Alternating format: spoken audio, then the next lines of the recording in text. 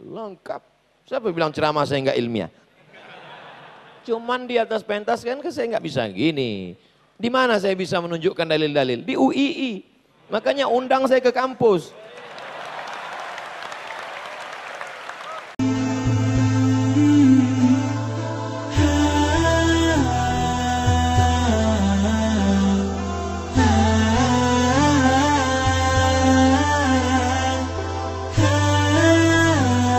Saya pernah di panel mengkaji dengan judul yang hampir mirip dengan hari ini. Bedanya berdua, saya aspek ayat-ayatnya, yang satu lagi dokter spesialis kandungan. Si dokter spesialis kandungan ini rupanya pernah seminar, dia tunjukkan ayat ini ke dokter Amerika, spesialis kandungan.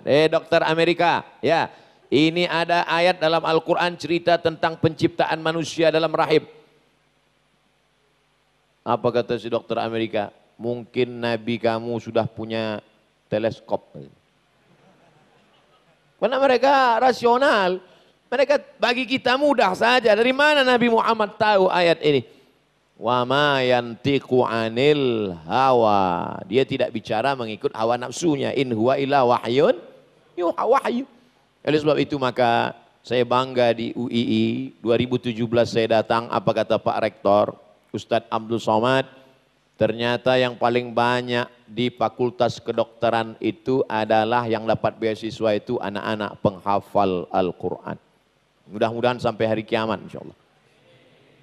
Kenapa Ustadz bangga? Karena mereka yang jadi dokter hafal Quran itulah yang paling bisa menceritakan tentang ayat ini. Betul apa betul?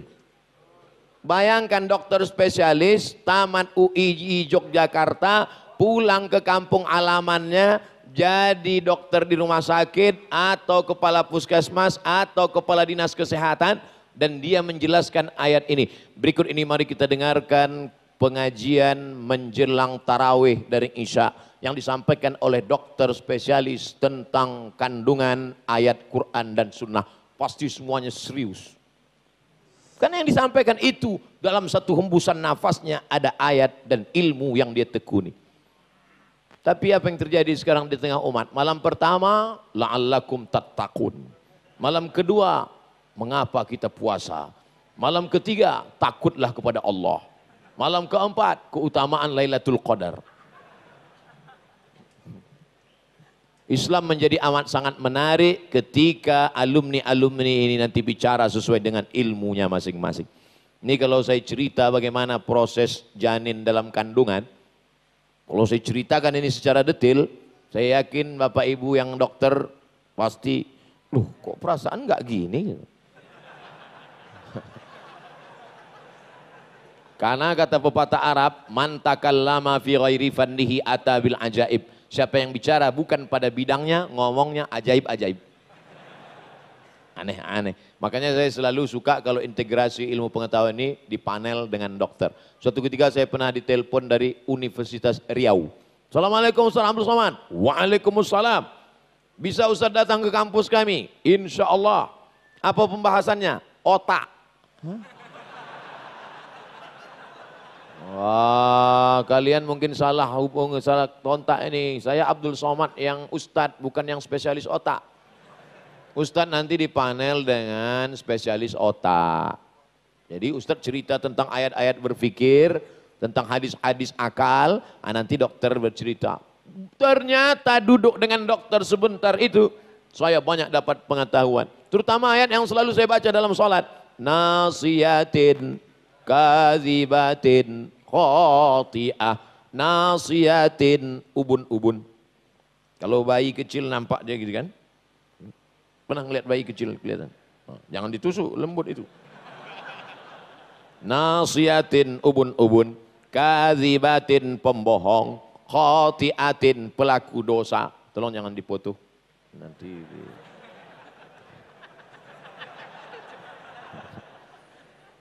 Ustadz Somad tahu kenapa ayat itu bunyinya ubun-ubun. Oh, kita nggak boleh tanya-tanya ayat Pak Dokter. Terima aja apa adanya. Nah, gitu caranya kalau kita nggak bisa jawab. Waktu tanya-tanya, ini ayat Al-Quran jangan dilawan, masuk neraka nanti kita. Ustaz Somad, otak itu ada bagian depan, ada bagian kanan, ada bagian kiri, ada bagian belakang. Otak yang mikir itu bagian depan. Makanya Allah menyebut nasiyatin, bagian depan, kazibatin, pembohong. Jadi orang yang bohong, yang suka nyebar bohong, yang suka nyebar hoax, itu yang otak mikir yang depan. Tapi yang kebetulan rambutnya gugur jangan tersinggung. Bukan berarti dia mikir bohong, enggak. Ini saya luruskan. Barulah Ustaz Somad tahu nggak kenapa kepala ini 5 kali diusap sehari. Subuh diusap, zuhur diusap, asar diusap, maghrib diusap, isya diusap.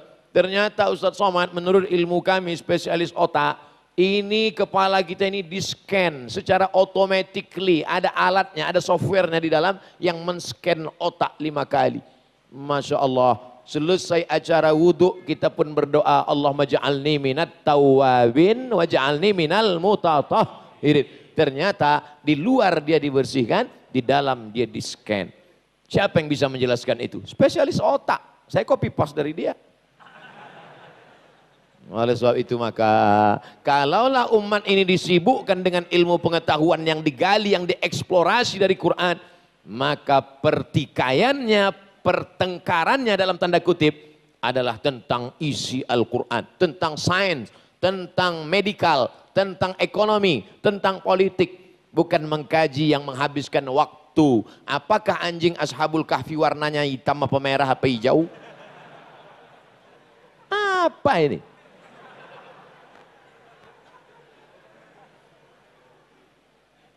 Mukjizat ilmiah. Ghulibatir Rom.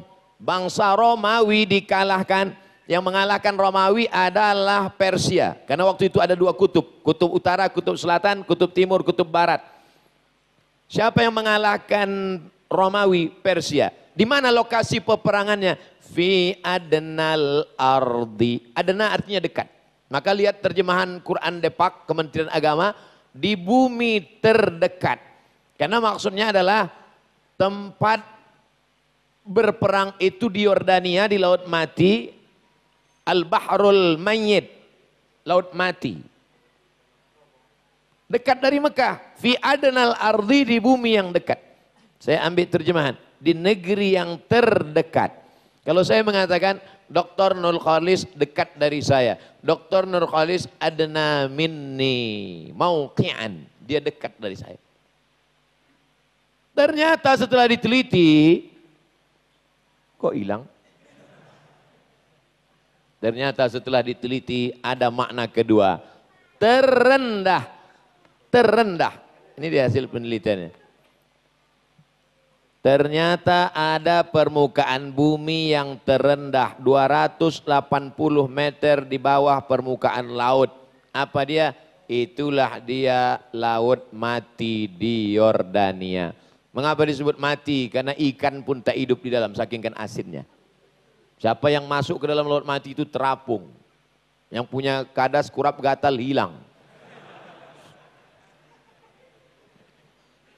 Dari mana Nabi Muhammad SAW yang tak bisa tulis baca itu tahu bahwa permukaan bumi yang terendah bukan di Yogyakarta, bukan di Riau, Sumatera, tapi justru di tempat lokasi perang Persia dan Romawi, diceritakan 1400 tahun yang lalu. Maka kalau diintegrasikan antara sains, ilmu pengetahuan dengan Al-Quran Islam, kalau orang Islam mendalami ilmu ini, akan keluar dari mulutnya berkata, ma khalaqta hadza batila, tidaklah yang kau ciptakan sia-sia, dan yakinlah pengetahuannya ini benar datang dari Allah. Yasin wal Qur'anil Hakim, innaka Muhammad SAW laminal mursalin tanzilal azizir rahim. Turun dari Allah Subhanahu wa taala. Masalah dengan orang beriman semuanya tak ada masalah. Tapi dengan orang yang tak percaya bahwa Quran ini datang dari Allah, orang yang tak percaya bahwa Muhammad SAW itu adalah utusan Allah, ini hanya bisa dijelaskan oleh orang yang melaksanakan integrated kurikulum, integrasi antara Islam dan ilmu pengetahuan. Wal jibala autada, gunung-gunung sebagai pasaknya. Dari dulu ayat ini kita baca. Amma yatasa'alun 'anil naba'il 'azim alladzi hum fihi mukhtalifun kalla saya'lamun alam naj'alil arda mihada. Bukankah telah kami jadikan bumi ini terhampar, wal jibala autada, bukit-bukit sebagai pasaknya. Ternyata yang bisa menjelaskan ini bukan Ustadz Abdul Somad. Siapa yang bisa menjelaskan nih? Tuh dia. Ternyata sepertiga bukit itu yang di atas. Bukit itu yang kita kelihatan besar itu sepertiganya yang di atas. Yang 2/3 tertanam di dalam. Itulah yang menyebabkan kenapa kerak bumi tidak bergeser. Kerak bumi tidak bergeser karena pakunya, pasaknya kuat. Tapi nanti sampai masanya gunung bukit itu akan tercabut. Wa takunul jibalu kal ihnil ma'uf. Ketika Gunung Bromo, Gunung Kidul, Gunung Merapi, Gunung Kelut, Gunung Sibaya. Semua gunung-gunung itu nanti seperti bulu kambing yang ditiup angin. Kalau gunung-gunung itu seperti bulu kambing ditiup angin, lalu kita ini seperti apa waktu itu nanti? Dan ketika itu tercabut, maka kerak bumi bergoncang. Makanya ayat bercerita, wataran nasa sukara. Kau lihat manusia waktu itu seperti mabuk. Orang kalau jalan di atas mabuk. Wa mahum bisukara. Mereka bukan mabuk. Walakinna azaballahi syadid. Tapi azab Allah yang luar biasa. Yang bisa menjelaskan ini Ustadz Abdul Somad atau orang fakultas geologi. Orang geologi, tapi yang ngaji. Kalau nggak ngaji ya mabuk juga.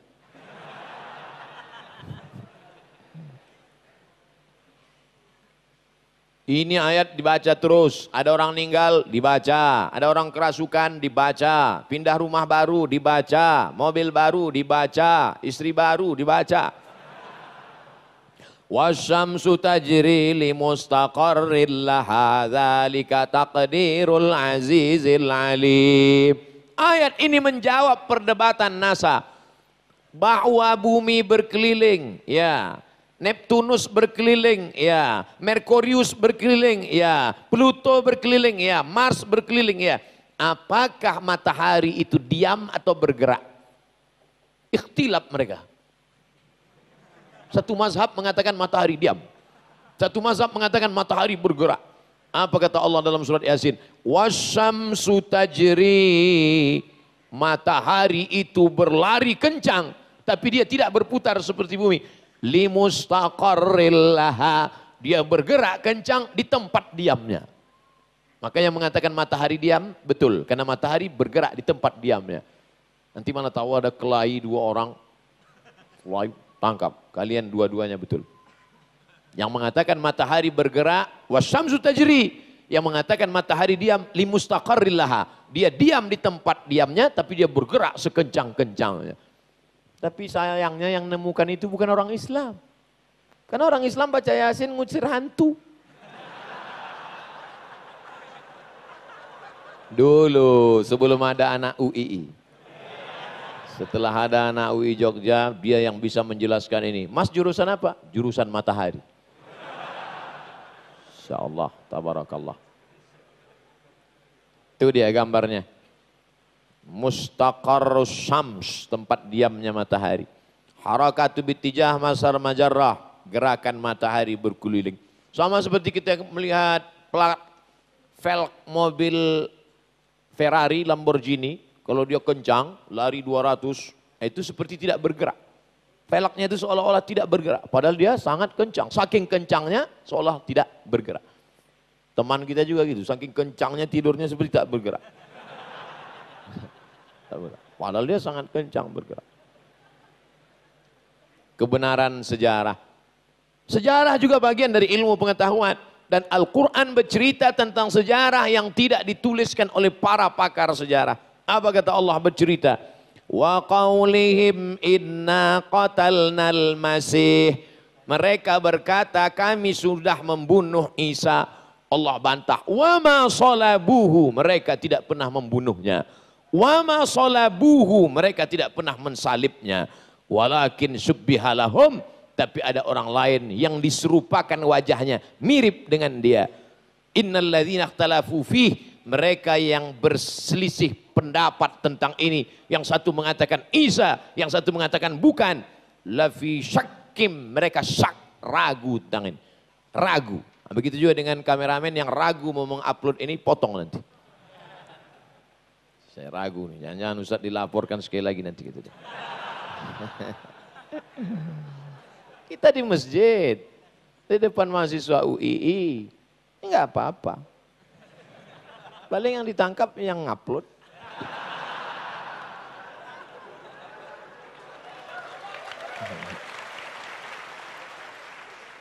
Islam juga bercerita tentang sejarah, sejarah patung. Ini bisa dilihat dalam Islam. Apa kata Allah Subhanahu wa taala? Iyad'una min dunihi illa inasa. Mereka yang menyembah patung dan berhala, iyad'una illa syaitanan marida. Sesungguhnya yang mereka sembah itu adalah setan. Orang yang menyembah berhala, sesungguhnya dia menyembah setan. Surat An-Nisa ayat 117. Ustaz kok ngomong setan itu kuat? Orang setan aja kuat menggoda saya. Masa saya nggak boleh kuat nyebut dia? Masa saya mesti takut sama setan? Sesungguhnya mereka menyembah setan. Kata setan, ente serius mau musuhan sama saya? Kata. Ada jelas. Ma'akulli sonamin, ini tafsirnya. Saya ambil dari tafsir Al-Quranil Azim. Nama penulisnya Imam Abul Fida Ismail Ibnu Katsir. Nama cetakannya Dartibah. Cetakan kedua tahun 1999. Juz 2 halaman 414. Oh, lengkap. Siapa bilang ceramah saya nggak ilmiah?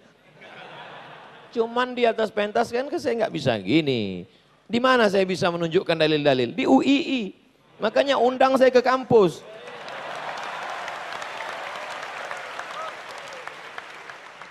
Nih. Ma'akulli sanamin jinniyah. Setiap berhala itu ada satu jin penunggunya. Tuh tempat. Jelas. Kalau nggak percaya ini, buang aja tuh tafsir Ibnu Katsir. Ada akhlak. Makanya moral. Kita harus mendidik anak-anak kita menjadi anak-anak yang berkarakter. Pulang dari seminar, bapaknya pulang ke rumah ngasih tahu ke istrinya, "Bu, anak kita mesti berkarakter." Si ibu pun ngasih tahu ke anaknya, "Nak, kamu mesti anak yang berkarakter." Dan semuanya nggak ngerti karakter itu apa. Kenapa tidak pakai bahasa kita yang simpel aja? Berakhlakul karimah. Kadang orang ini ngomong jelimet, ribet, sulit, susah. Salah satu jamaah suka dengar pengajian saya, kata dia, "Ustadz bisa membuat yang sulit menjadi mudah." Satu sisi menghibur saya, tapi di sisi lain orang katakan, ceramah dia itu terlalu mudah. Ilmunya enggak hebat banget.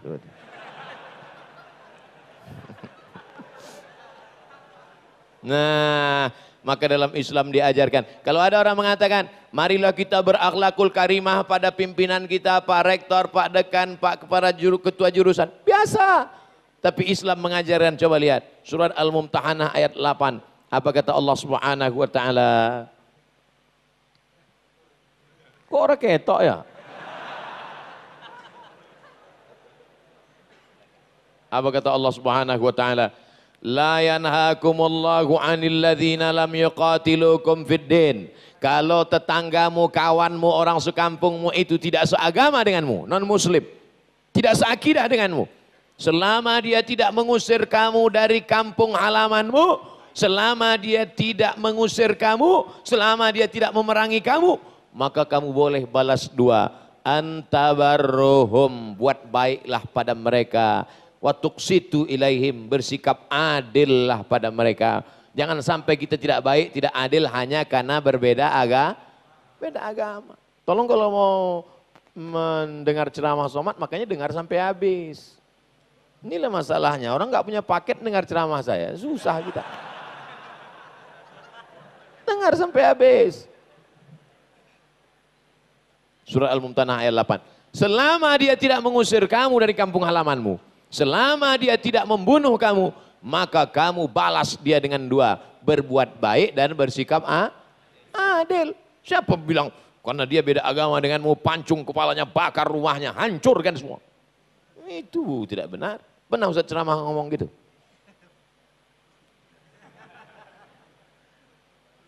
Selanjutnya validitas data. Misalnya ada anak mahasiswa UII, nulis makalah, tesis, disertasi, skripsi. Dengar baik-baik.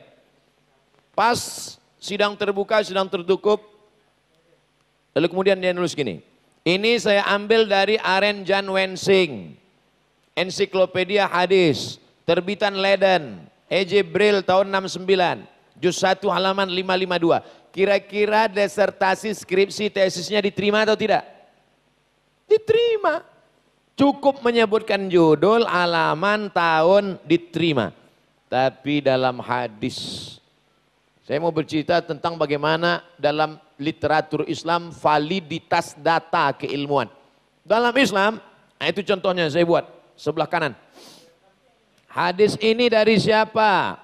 Dari Nabi SAW. Man kharaja fi talabil ilmi, siapa yang keluar rumah untuk menuntut ilmu, fahuwa fi sabilillah, maka dia sama seperti orang berjihad di jalan Allah.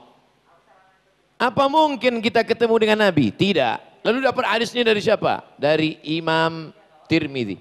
Ini saya ambil dari Imam Tirmidzi. Imam Tirmidzi yang paling bawah. Imam Tirmidzi meninggal 279. Artinya 2 abad setengah setelah meninggal Nabi Muhammad SAW. Mungkinkah orang 2 abad setengah setelah meninggal ketemu dengan Nabi? Mungkin, mimpi. Tapi dalam ilmu hadis ini harus ada mu'asarah. Mu'asarah, hidup sezaman. Wal liqa, harus bertemu. Di situ beda Sahih Bukhari dengan Sahih Muslim. Syarat Bukhari 2, mesti antara periwayat itu pernah sezaman dan bertemu. Kalau Imam Muslim agak longgar sedikit, tidak mesti bertemu, pernah sezaman saja cukup. Saya sezaman dengan Ustadz Somad. Sezaman kamu dengan dia, sama-sama hidup 2019. Pernah ketemu sama dia? Hampir datang ke kampus kami tapi nggak jadi.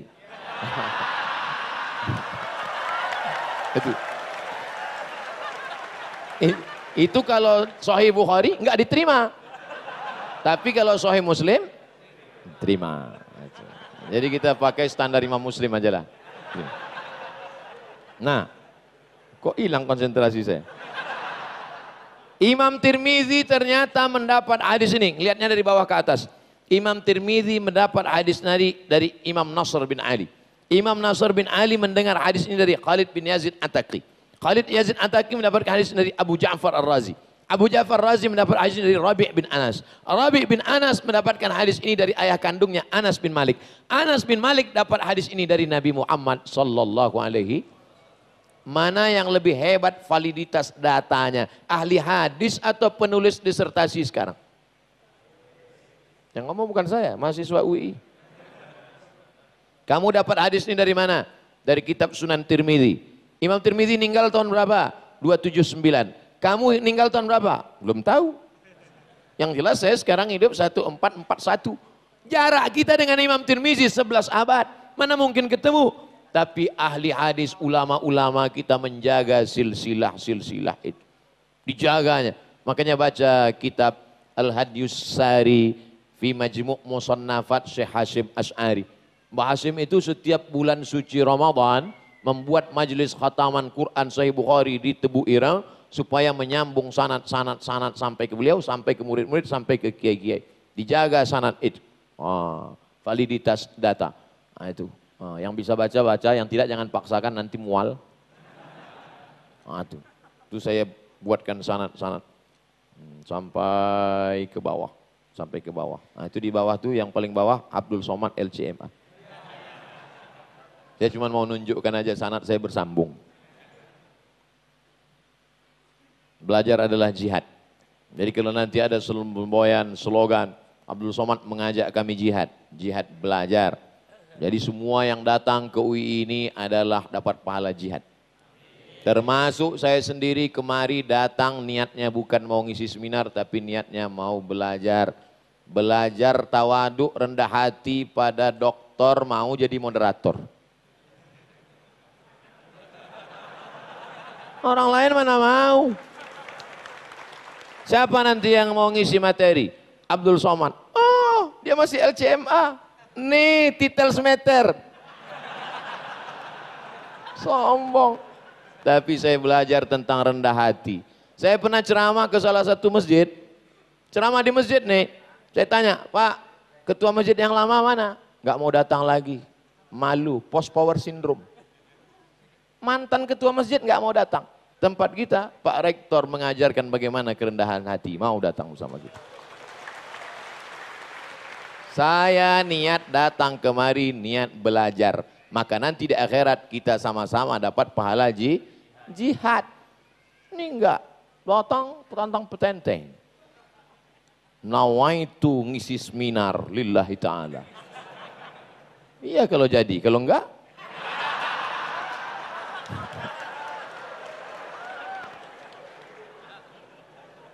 Akan lahir. Nah, akan lahir.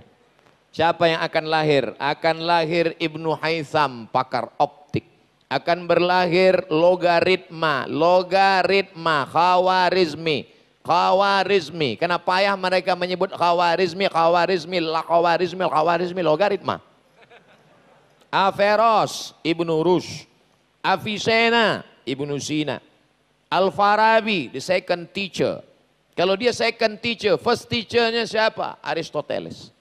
Yang bisa mentafsirkan kalimat Aristoteles setelah ratusan tahun, Al-Farabi. Dan lain-lain. Akan hadir generasi mereka ini. Tapi syaratnya integrated kurikulum. Harus ada integrasi kurikulum. Salah satu tujuan didirikannya Universitas Islam Indonesia mengintegrasikan kurikulum ini. Insya Allah, amin. Maka ada saintis, ada dokter yang sangat hebat dalam ilmu pengobatan. Tapi nggak pernah sholat. Ada yang sangat rajin sholat. Tapi nggak tahu kedokteran. Dua-duanya sama-sama rugi. Walaupun yang satu agak untung dikit. Tapi yang paling untung adalah dokter yang rajin beribadah, membaca Quran, mengeksplorasi ayat, menemukan sesuatu yang tak ditemukan orang. Karena Allah berikan dia ilham di samping ilmu pengetahuannya. Ada namanya ilmu, ada namanya ma'rifah. Sama-sama pengetahuan. Tapi ulama tasawuf itu selalu disebut dengan al-arif, bukan al-alim. Apa beda orang alim dengan arif? Alim tahu karena berdasarkan indikasi. Nampaknya Ustaz Somad sekarang sedang di Yogyakarta. Dari mana kamu tahu? Dari update statusnya. Dari mana kamu tahu? Saya lihat sendalnya di depan. Hanya indikasi. Tapi ada orang yang mendapatkan pengetahuan, saya tahu Ustaz Somad di Yogyakarta. Dari mana kamu tahu? Nih kami udah selfie tadi. Maka orang yang alim tahu dengan akalnya. Sedangkan orang yang arif diberikan Allah pengetahuan melalui ilham.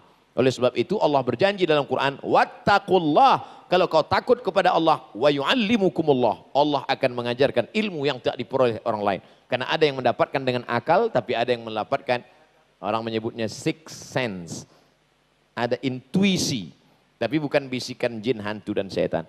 Jadi kalau dia sudah menggeluti bidang ilmu ini, taat beragama, mendekatkan diri kepada Allah, seimbang antara kecerdasan intelektual dengan spiritual, maka Allah berikan dia ilham, maka dia akan menjadi penemu-penemu seperti yang pernah dulu Islam pada masa jaya. Seimbang antara Islam dengan sains, seimbang antara kecerdasan spiritual dengan intelektual, seimbang antara tazakkur dengan tafakkur.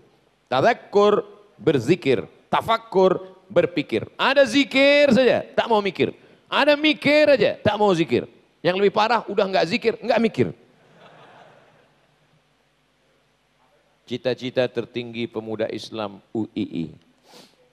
Saya ingin jadi dokter, bagus. Saya ingin jadi lawyer, bagus. Saya ingin jadi saintis, bagus. Saya ingin jadi penemu, bagus, tak salah. Tapi itu hanya jalan, wasilah, cara. Tujuan akhir hidup adalah membebaskan Palestina. Amin. Membantu anak-anak fakir miskin terlunta. Syariah the only option for the UK. UK United Kingdom. Syariah the only option for the UK. Syariat Islam menjadi salah satu alternatif. Padahal di negeri non-muslim berani dia berkata begitu. Oh kita kan tinggal di demokrasi Pak Ustadz. Demokrasi tidak menghalangi kita untuk memakai nilai-nilai Islam. Melalui perda, perbub, pergub. Kita konstitusional, bukan inkonstitusional. Makanya akan lahir bupati-bupati, gubernur-gubernur, wali kota, pemimpin-pemimpin. Anda yang nggak bisa, jadi RT aja dulu. Tuh, tes. Sampel contoh kepala desa, ustadz ceramah di masjid. Khamar haram, judi haram. Keluar dari masjid, orang laga ayam sambil mabuk. Tapi kalau kepala desa, dia tidak khutbah, dia tidak ceramah, langsung dia buat peraturan desa kita, nggak boleh laga ayam. Kalau mau laga ayam, desa sebelah. Mana yang lebih efektif penerapan syariat Islamnya, antara ceramah atau kekuasaan? Kekuasaan. Oleh sebab itu luar biasa. Terakhir, kejayaan Islam akan terulang kembali hanya dengan kemajuan ilmu pengetahuan. Secercah harapan itu datang dari UII Yogyakarta, insya Allah. Itulah yang dapat saya sampaikan pada kesempatan kali ini. Mohon maaf atas segala kekhilafan dan kesilapan. Selanjutnya saya serahkan kepada moderator Dr. Nur Khoris. Terima kasih. Wassalamualaikum warahmatullahi wabarakatuh.